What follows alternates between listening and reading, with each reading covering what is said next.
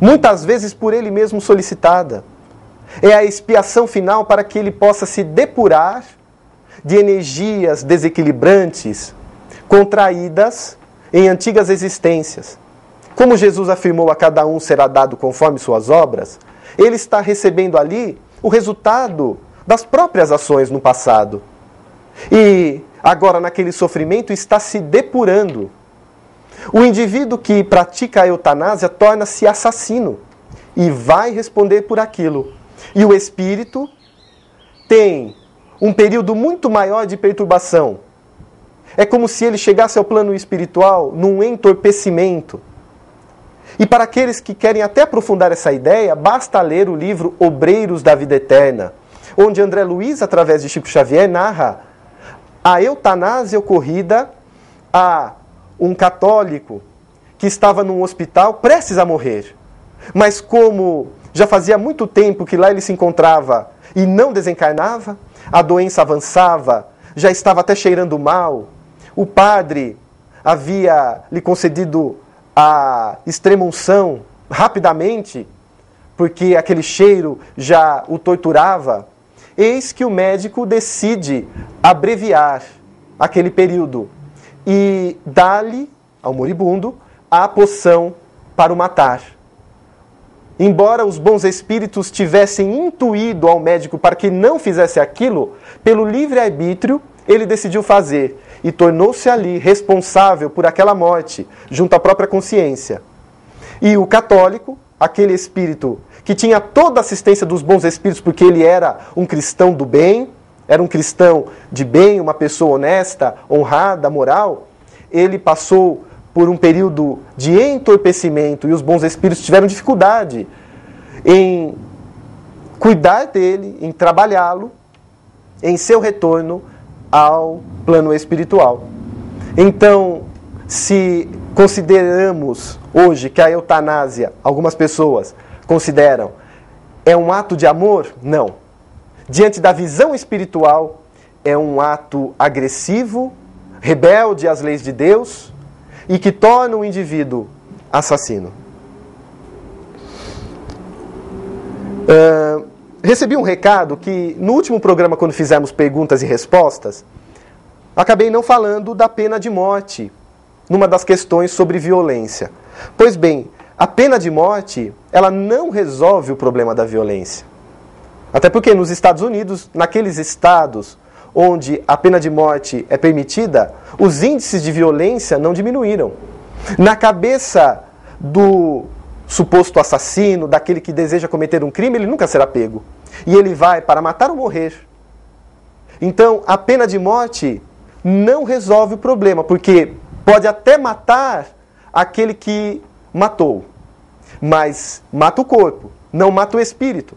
E agora, munido pelos recursos da invisibilidade, ele vai continuar atuando no plano espiritual, podendo influenciar outras pessoas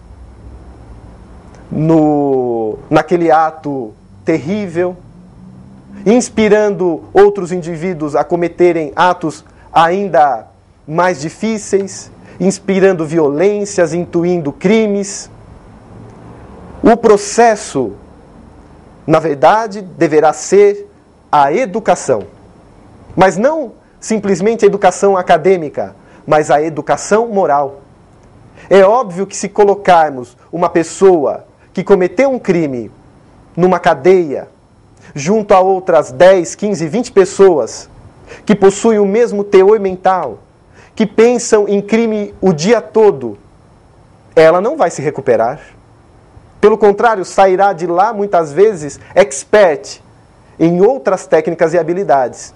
Mas quando a proposta da real educação, a educação moral, for plantada na terra, a fim de reabilitar o espírito imortal, aí sim, conseguiremos renovar a sociedade.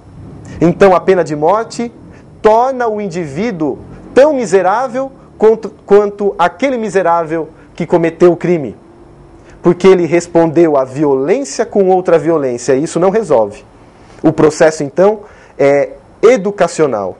Mais uma vez, no campo moral. O que ocorre com as crianças que desencarnam?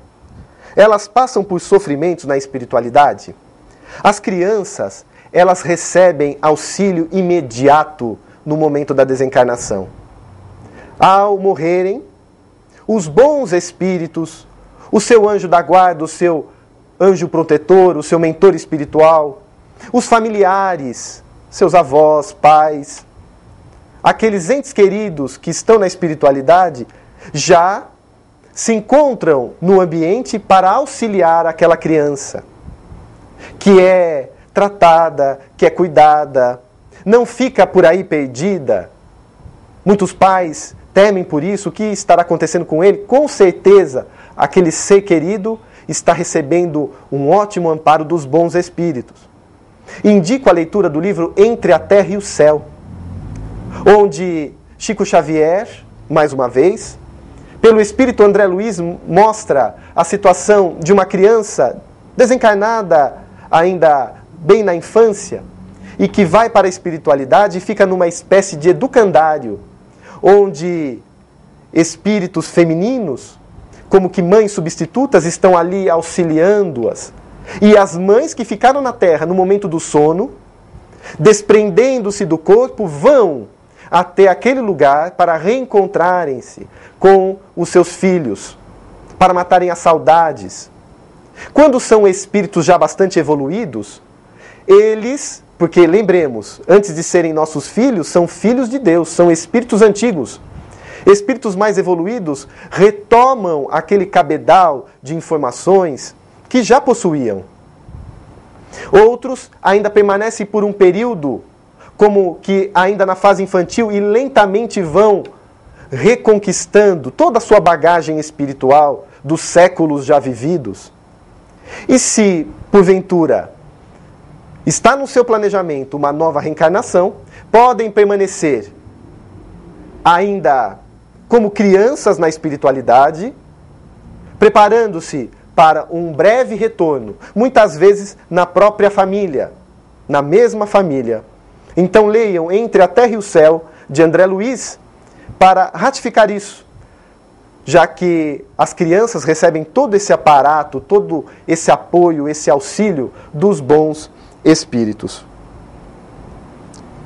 Para fecharmos, como explicar os acidentes coletivos, onde dezenas, centenas de pessoas passam pelo mesmo tipo de morte? Será um castigo?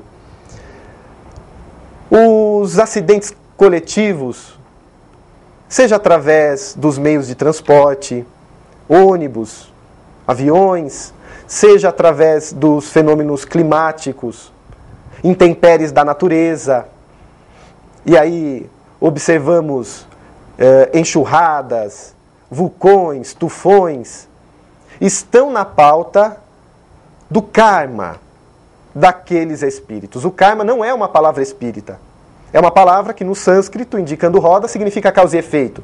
Estão na programação reencarnatória daquelas entidades. Está na pauta da lei de causa e efeito, de ação e reação. Já que no passado, conjuntamente ou não, se comprometeram em determinados crimes que feriram a própria consciência. E como meio para se reabilitarem perante essa própria consciência, resgatam conjuntamente. É como se houvesse um psicoímã que vai atraindo as pessoas com aquele mesmo tipo de energia, com aquele mesmo tipo de necessidade. Por isso que observamos algumas que estão prestes a embarcar nos aviões e desistem. Outras não vão embarcar e vão e partem justamente para o voo. Por que esta desistiu, a outra que não era para ir foi? Deus não erra. É porque a necessidade dela ainda era passar por aquele trauma. Necessidades pessoais, íntimas, que não são necessariamente também da última existência, mas às vezes de séculos atrás. Para maior elucidação dessa questão, interessante o livro Obras Póstumas, uma mensagem do espírito Clélie du Plantier, As Mortes Coletivas, onde ela trata muito bem essa questão, essa necessidade do espírito. Mas tenhamos a certeza que trata-se então de necessidades daqueles indivíduos para se reabilitarem perante a própria vida e por isso foram levados para aquele meio, a fim de encontrarem uma morte violenta. Vejam, Deus não precisou que alguém lhe desse um tiro, que alguém dirigisse aquele ônibus para uma ribanceira, para um precipício. Através de leis naturais, ele faz com que as pessoas reabilitem-se, não precisando de algozes. Ok? Se você ficou com alguma outra dúvida, se você tem alguma outra pergunta, mande seu e-mail. contato@vidacontinua@terra.com.br e nos próximos programas estaremos respondendo a sua indagação à luz do Espiritismo. Uma ótima semana a todos. Até a próxima oportunidade.